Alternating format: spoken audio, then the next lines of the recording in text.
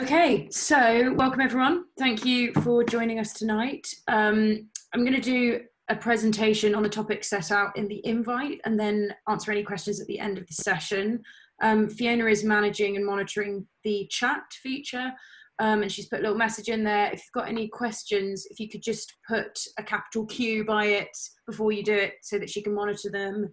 And then what she's going to do is amalgamate any similar questions, and at the end we'll answer them together.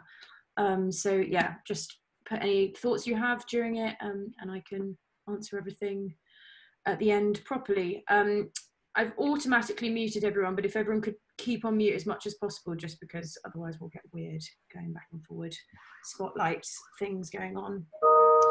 And I apologize if my cat makes an appearance. She might. Okay, cool. So whilst private school applications are a bit later for auditions, auditions typically take place around January, February. Some state music school scholarship place deadlines will have already passed. That being said, there are a few which actually close at the end of this week. So it's really important that you check each school individually for deadlines, because there is some difference between each school. So that's just something important to note. So, what are music scholarship places?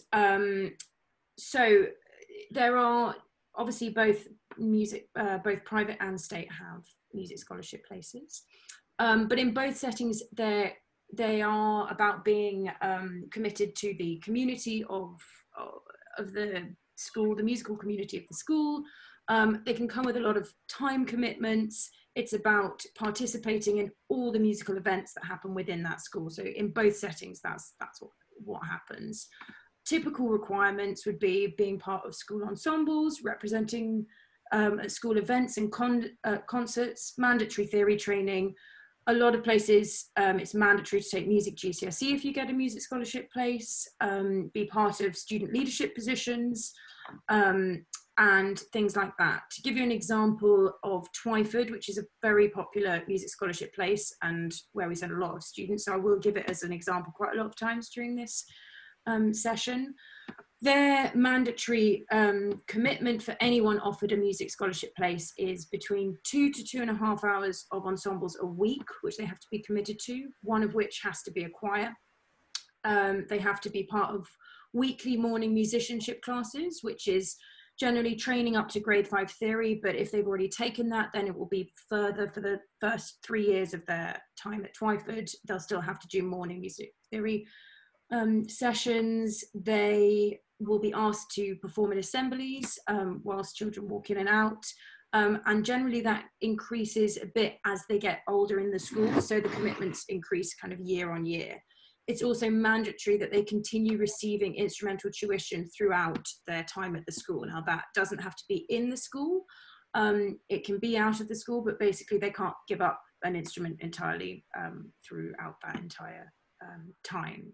So that's basically what a music scholarship is. Obviously, as I say, there are differences between private and state, and that's what we're going to go into now.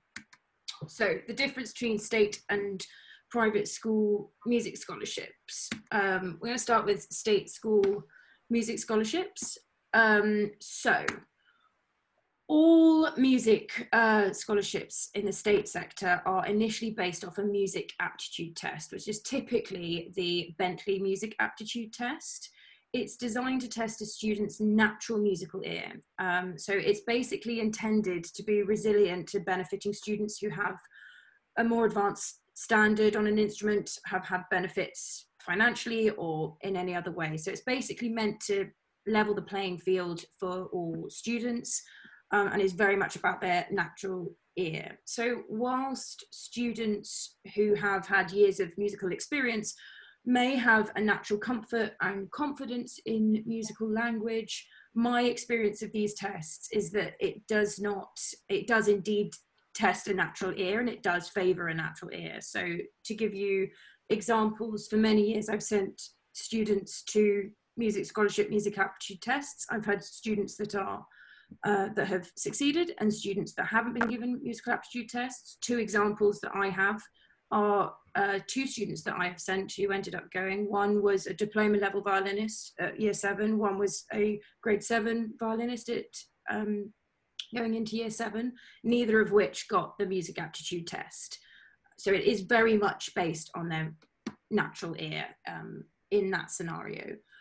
Although the tests are described as an oral test, the oral tests that students might be used to taking in ABRSM or exam systems are not the same. They're not applicable for these tests.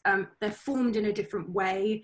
They might be useful in later stages, but they are formed in a different way. So don't just think that because it's because they've taken oral in their exams, that these music scholarship tests are going to be the same.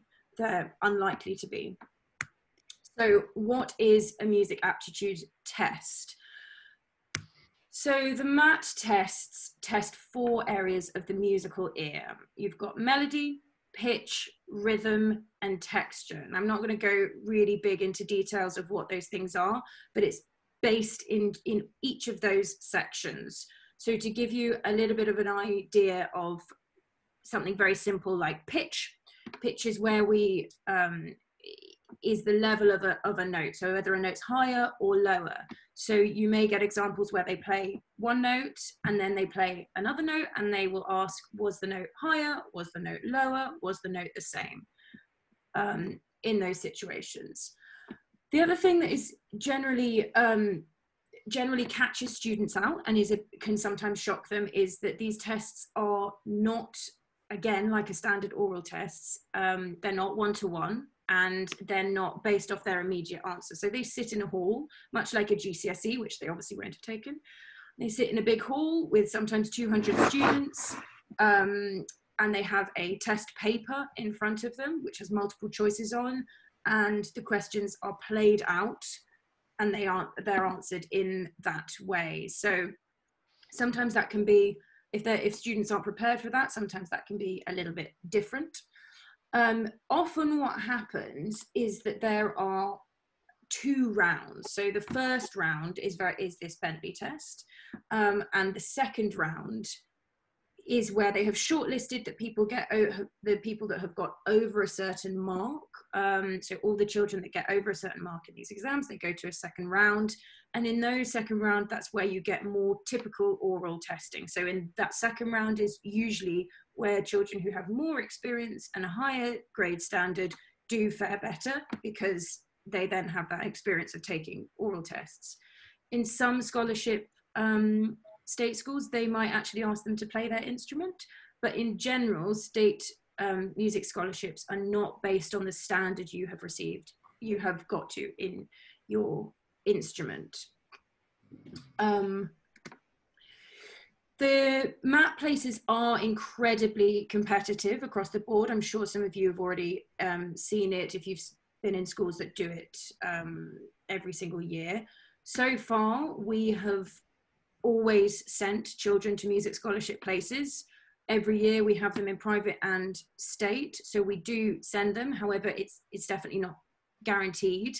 To give you kind of an idea of what we're looking at Twyford last year, there were 19 places offered, over 300 applications stood it. And it's been more in past years. It's unlikely to know what it will be this year. I imagine it will be very competitive. However, good things to keep in mind with these things. If you place in at least the 20s, even late 20s potentially, you may still get offered a music scholarship place.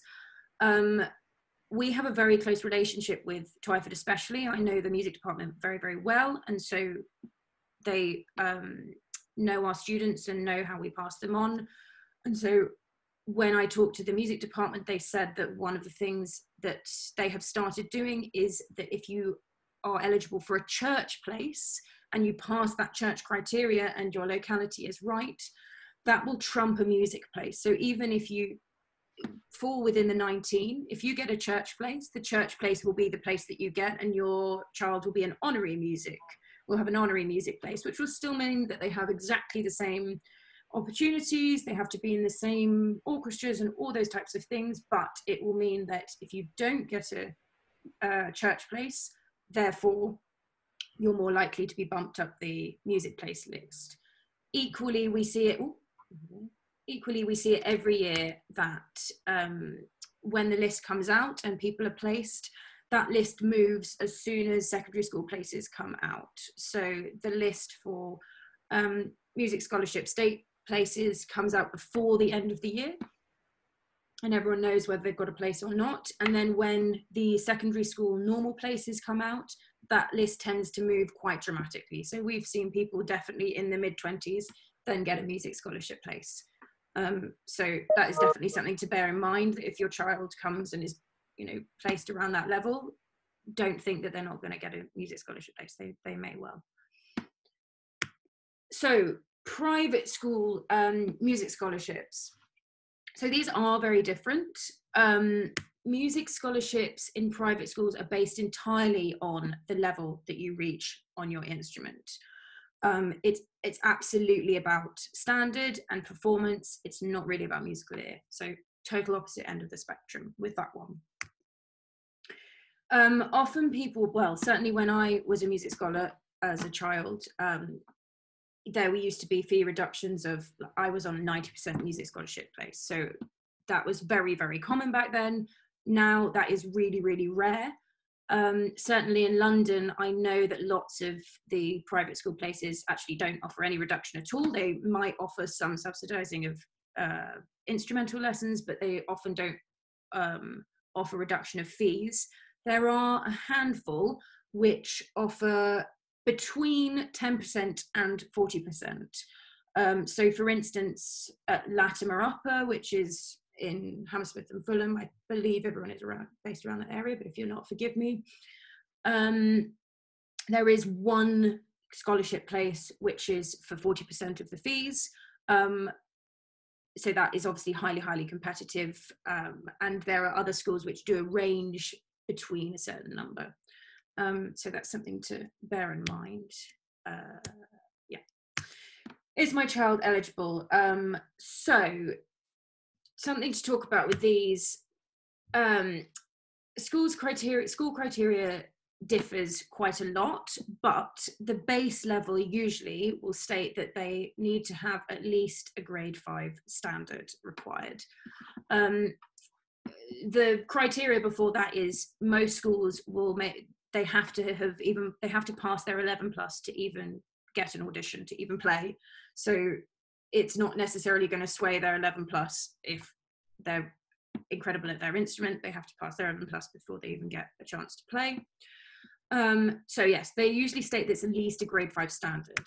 However, there is a general rule with this that is really important for me to talk about, because the stating that it's at least a grade 5 standard is sometimes quite misleading for parents.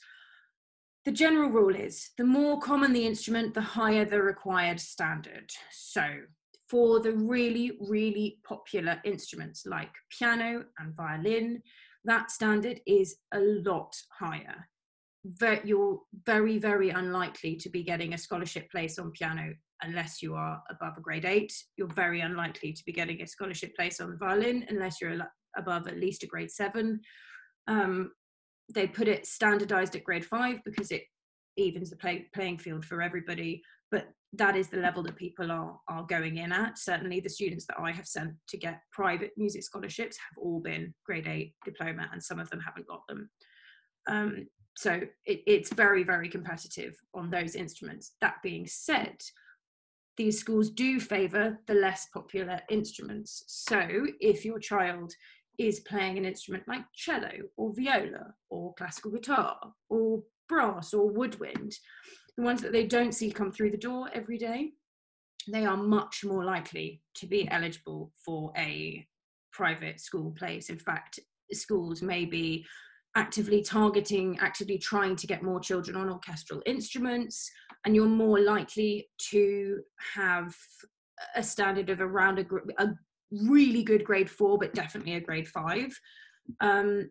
You're more likely to get possibly some traction on that. We've giving examples, in the same year that we didn't get a diploma violinist in, we got a grade 5 cellist in.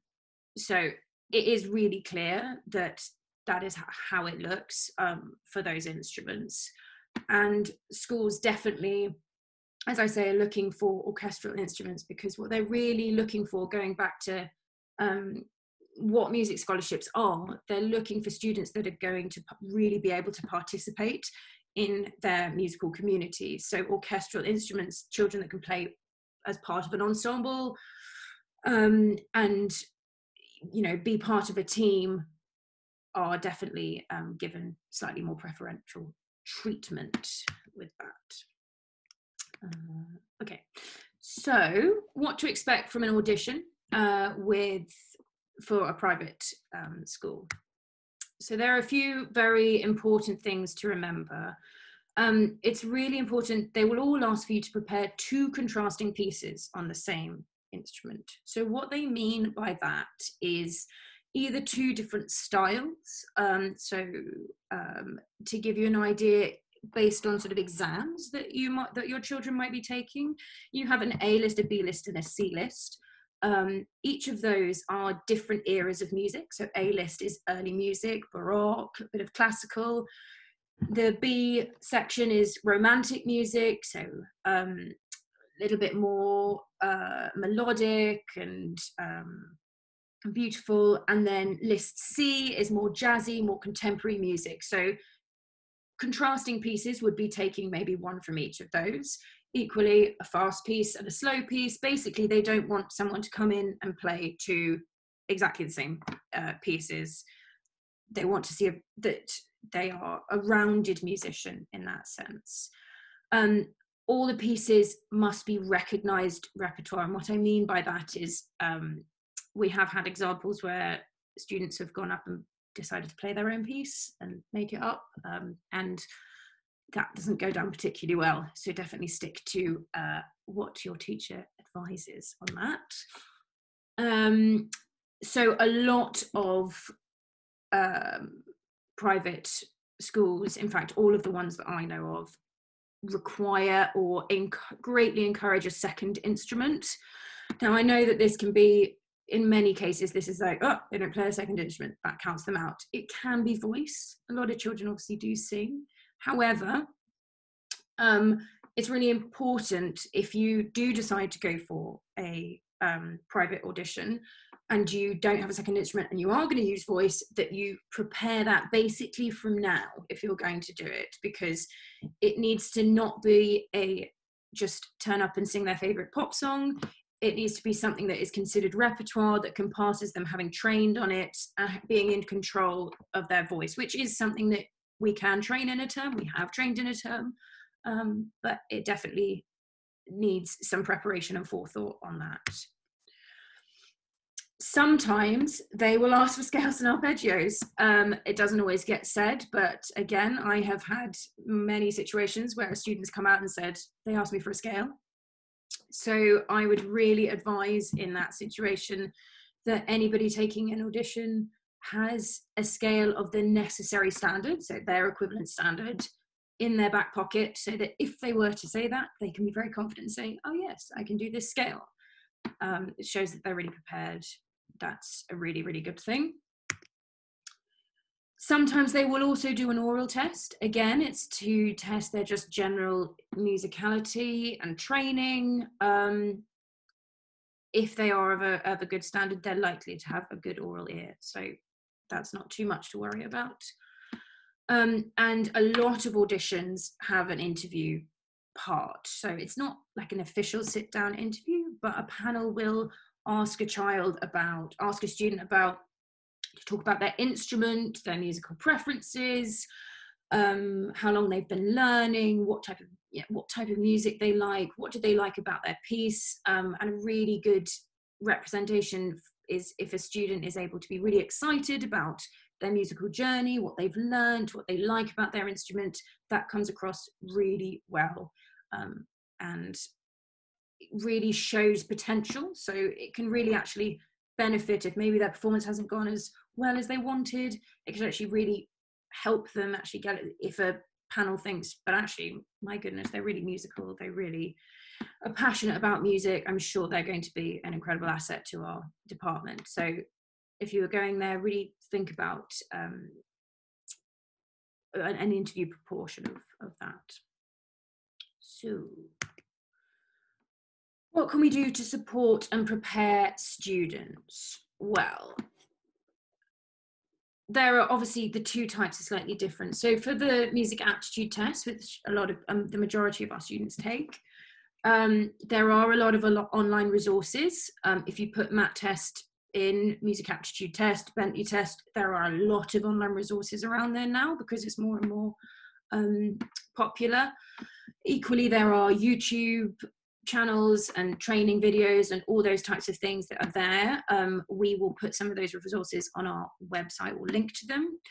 We every year do one-to-one prep sessions. We have a number of after school slots with our teachers who are trained in what these music aptitude tests are. So they would do a number of oral tests with them, tied in with being able to answer it in a written format, so having to do it themselves rather than explain it verbally, which is, as I say, the main difference and the main stumbling block. And equally, if you're actually in year 5 and you're thinking about this for a year and a bit's time, we would really recommend starting to think about theory or oral lessons. Equally, if you book one, it can be both theory and oral.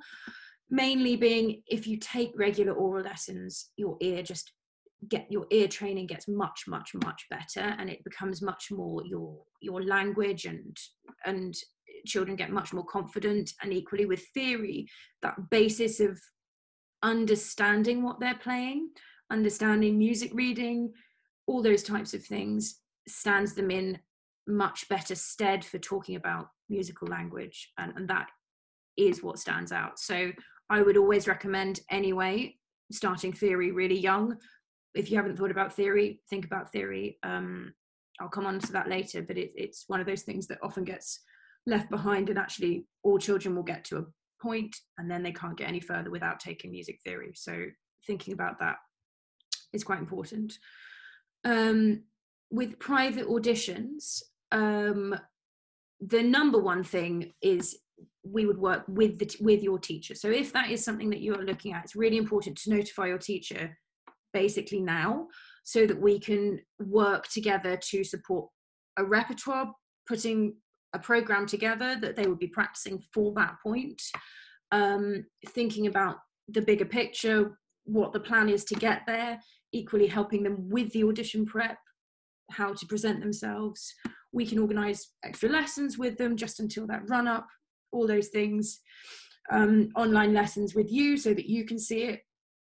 All those things are possible. And equally, we're looking at, for any of our private audition students, they would be able to do a mock audition with me, where probably over Zoom these days, but they would perform their whole audition to me. I will run a mock audition and we will give feedback in that sense, because much like exams, the toughest thing with all these things is actually having to perform it one after another as a whole thing, just like exams. That's often, practicing that in itself is really useful. So have I covered all of these things? So what happens after year 6? So we get a lot of questions about this every year. I thought it'd be important to talk about what happens regardless of whether they take a music scholarship place or not, because you may decide, actually, for my child, they might not want to do music all the time, but they love music, so they want to be part of a thriving musical community.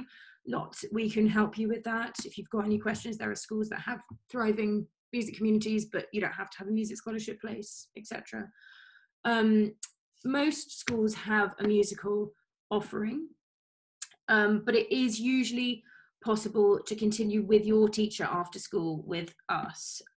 So the reason I say that is the most valuable thing to the success of any student is the relationship with their teacher. My experience myself, I stayed with my teacher for many years once I found the right teacher, regardless of where I was. And many students who are advanced, that's usually they've found their teacher and they stick with their teacher, and that is often what happens. We always try to keep students with their teacher after school when they leave secondary school, if they want to protect that relationship. If that isn't possible, our teachers will often recommend a teacher who they think would be a good fit, would maybe take them to the next level, so that there's that continuity. If you have a good relationship with your teacher and that's been successful and your child has advanced and is really happy in that teaching relationship, I cannot impress on you enough how sensible it is to protect that.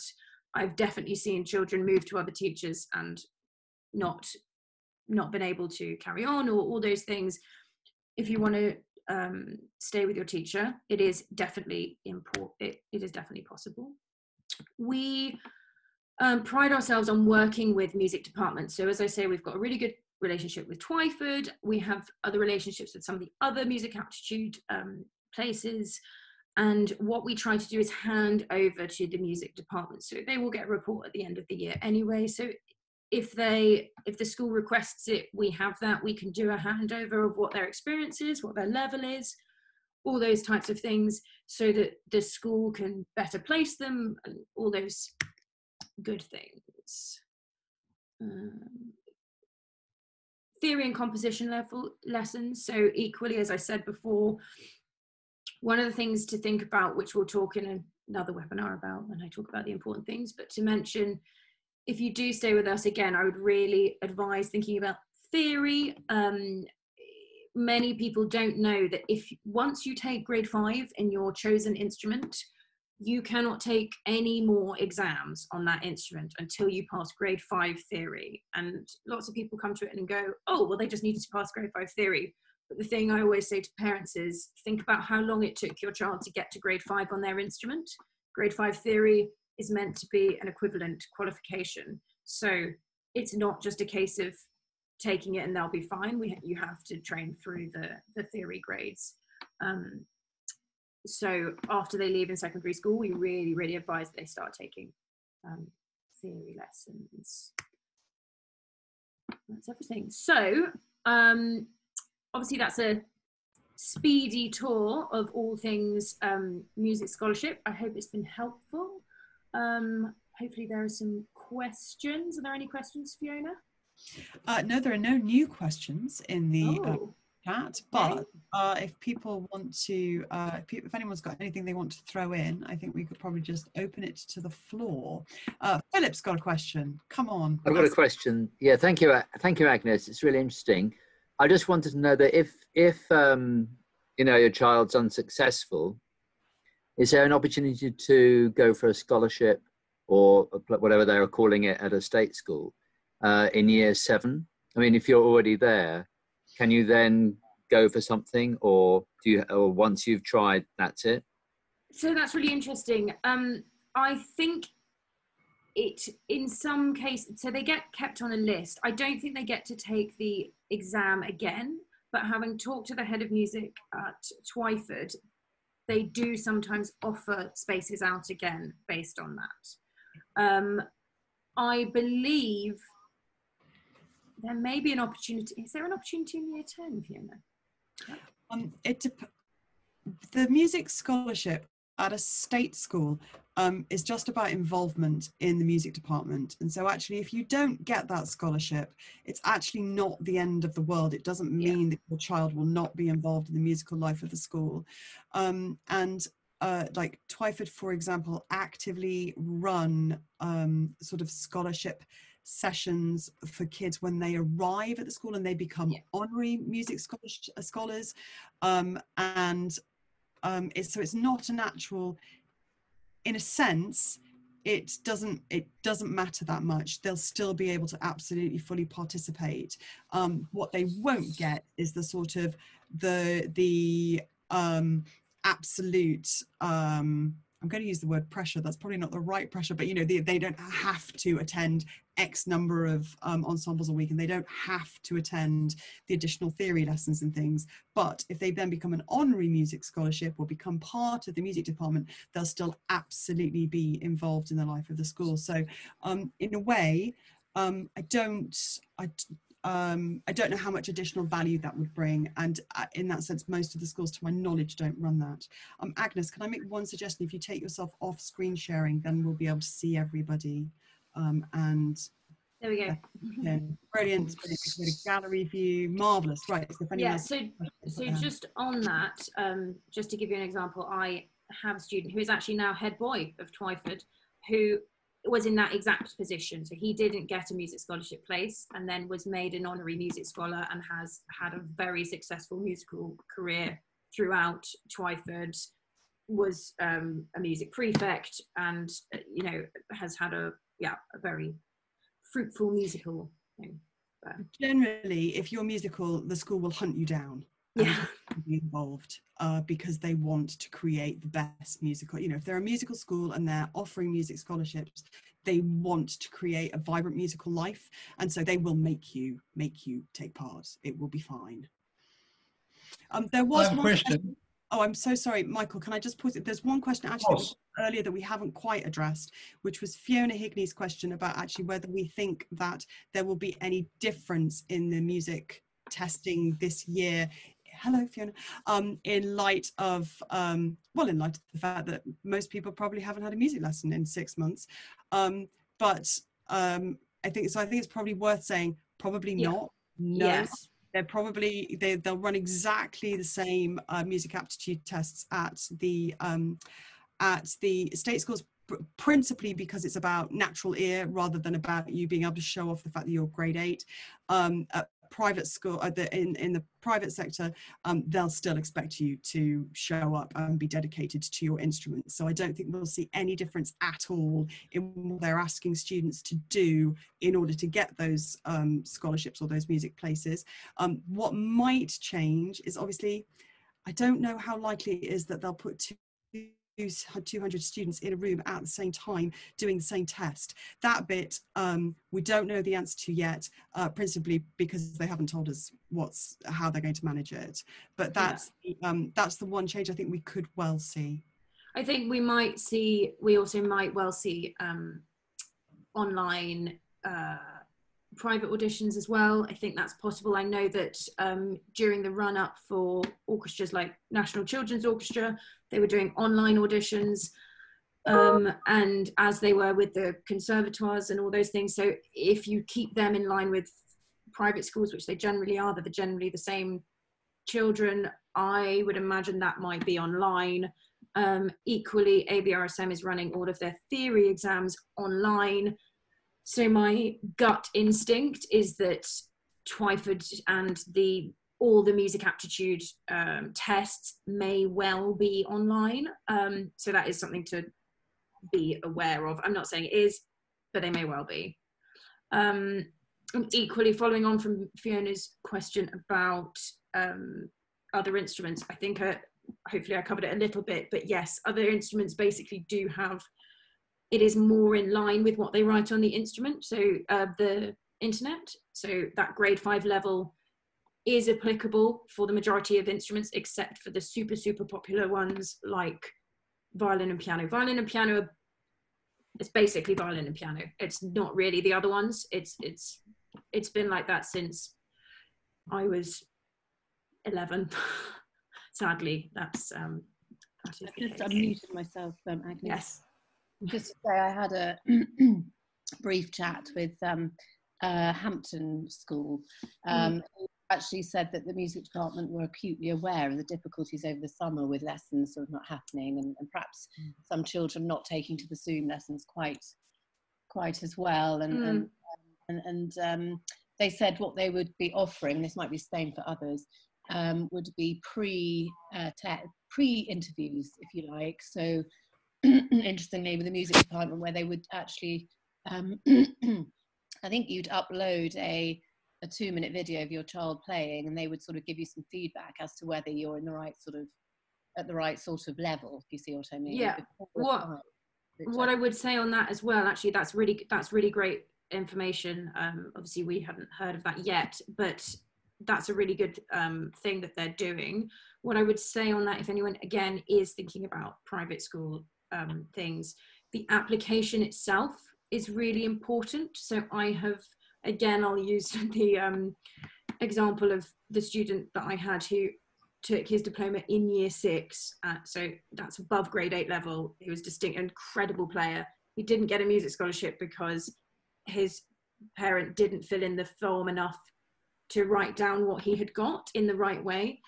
So it didn't look like he was a good player. So when you come to do the application, please do talk to your teachers, and you can run it by us as well if they need to write a recommendation, because there's certain ways that it's not all on what exams you've taken. A common misconception, so to give you all an example, I am a violinist, if you don't know me. I went to the Royal College of Music. I'm a highly trained violinist. I was around a grade 8 standard when I was 9, but I have only taken grade 1 violin. So the only ABRSM exam I ever took was grade 1, and I have still managed to go to college and go to music school and do all those things. So it is not necessary to have ABRSM exams to do these things. However, you therefore do need to back it up. You need to write the applications in a specific way, and that will really, really help. And if you're not sure about that, we are here to help you. We obviously, as I say, we send children every year. I know how it goes. If you need any help, please do just reach out to us. We can really help with that. Michael, you're going to ask a question. Yes, thank you. Sorry, I was trying. I use Google Hangouts usually. This is new. So my son goes to St George's Hanover Square. We have guitar lessons with you guys. Yeah. My wife is supposed to be doing this tonight, so I'm in the kids' room because she's had to go out something. So I'm a little bit unprepared. How do I take advantage of this channel to fill out a form to go for the tests? Is the musical ear there in my son? Blah, blah, blah, this type of thing for his choice of schools here in the Westminster, Kensington, Chelsea borough. So we're looking at either Holland Park School or Marylebone Boys. Both schools have excellent musical facilities. Where do I start? So Holland Park, I'm going to go to Fiona on this because she is a parent, but Holland Park doesn't have a musical aptitude test as far as I am aware. Right. Marylebone Girls does, but I don't know about Marylebone Boys. Yeah, so what I'm saying is the girls one does. I'm not entirely sure about the boys. West London Free School has a music aptitude test. Yep. As does Twyford Chelsea Academy. Chelsea Academy. Yeah. I think the thing, Michael, is that the only way to every school does it ever so slightly differently, which is really annoying. It does mean that something like one system would be great. It does mean that you need to, each individual school's admissions page has on it what whether they have any specific specialisms, and whether they offer a number of places. That could be language aptitude, it could be music aptitude, it could be performing arts, it could be anything, and some of them are science. So because that exists too. There's a degree of legwork involved in terms of when you know which schools you think you want to go to, then actually just working out whether there's a route in through any of these other sort of ways. So that is when we have a base of information about which we know, which is a little bit West London from you, but actually we can add to our pool and help you with that. We can do some research and see what else we can find in your area. That's not a problem. And equally, if you want to do, I know that St George's obviously is a slight anomaly on our list of schools at the moment, given that we're not able to go into the actual school at the moment, but we can do, similar to the fact that you can have online guitar lessons, we could also do an online training. We can also do an assessment online. We could set that up for you just to kind of see we're about to start online learning with you guys for drums for my youngest thing, Matthew, one of your new guitar teachers. So we'll quiz them about how to do that. It's Perfect. a very frustrating time, not being able to see your teacher, go to the school, Yes. essentially punching in the dark. Yeah, it's really, Yeah. it is really horrible and really unsettling for everybody. So what I think the best thing that we can do is to say to you, if you have a question, ask, and we will do absolutely everything we can to sort of guide, support, facilitate. You know, if you want to do a sort of baseline test or any of those kind of things, then just literally drop us a line and we'll see what we can sort out. Will do. Thank you. Agnes and Fiona, sorry, from your experience, what's the difference between the different programs and different schools in terms of their music tuition for scholars? What is the, are there like any better ones, any slightly less pressure ones? What's your experience? Okay, I would say that they're all sort of similar in the fact that they will all lay out a base of expectation. And the expectation will generally be, you have to do music GCSE, you have to have music tuition, like instrumental lessons in your principal instrument. They don't have to be with the school, but you definitely need to have evidence that you are doing them. That you have to take part in a number of musical ensembles. Even for piano? Yeah, they will, for something like, so for piano specifically, they will make slightly different demands, and that will be more about public performing, about performing in assembly, about performing at parents' evening, or parents' events, but also what they will do is try to match the kids and create small ensembles with them as well. So if if it's a pianist, they might find, rather than playing with an orchestra, they might find themselves in a piano trio. But also for pianists, they do try to find other ways to, like, you might not play in the sort of the symphony orchestra or whatever the school has, but actually you might find yourself in jazz band, in the sort of more sort of contemporary music side, and so they will find other ways to involve pianists which isn't standard orchestral. I think from our experience on sort of the level of pressure, I would say that all the music scholarship positions that we have had children go to, I wouldn't say pressure is the right word, but they are definitely a time commitment. They are not light in commitment. Every student that I have had has had to do a lot for the music department, and so therefore if you're going to go for a music scholarship, it needs to definitely be something that your child really enjoys and really wants to be part of that community, like especially if that's going to be it. When I say really enjoys, it's more about how much they want to split their time. So it's not to say you couldn't have an active sports, for instance, interest as well, but you are going to find it hard to balance those two with music as well. There's going to be a lot of opposing things, and if you've got a space that has been given to you on the basis of passing that music aptitude test, they're going to insist that your priority is attending music things as opposed to other things. So it's really something that you want to consider on that. But what I would say, anywhere that does have a music aptitude test, something to bear in mind is anywhere that does have a music aptitude test is invested in music. So they are going to have a really strong musical program regardless of whether you are a music scholarship, which means that there will be lots of opportunities for your student, for your child. There'll be lots of concert opportunities, and in all the schools that I've been to, all the schools I've sent my own students to, if they are a good player, they're a confident player, as Fiona says, the school's going to want to show them off as much as possible. There's loads of opportunities, there's competitions, there's all those types of things. So it's not that they won't have a musical experience without it. And the commitment, you would say, in terms of hours, weekly hours, roughly, what would that look like? I would say, you go first. It's close to 3 hours a week. Two ensembles after school, 2 after school ensembles there, at least an hour, sometimes an hour and a half each. Then you've got your Tuesday morning early music. That's a joy. You have to start at 7:45. So so I would say it's at least 2.5, if not 3.5 hours a week. Okay. The other thing I would warn, just from my experience with my students as well, because as I say, they have experienced it all. If you don't know, Fiona's daughter is one of my students, so we know it well.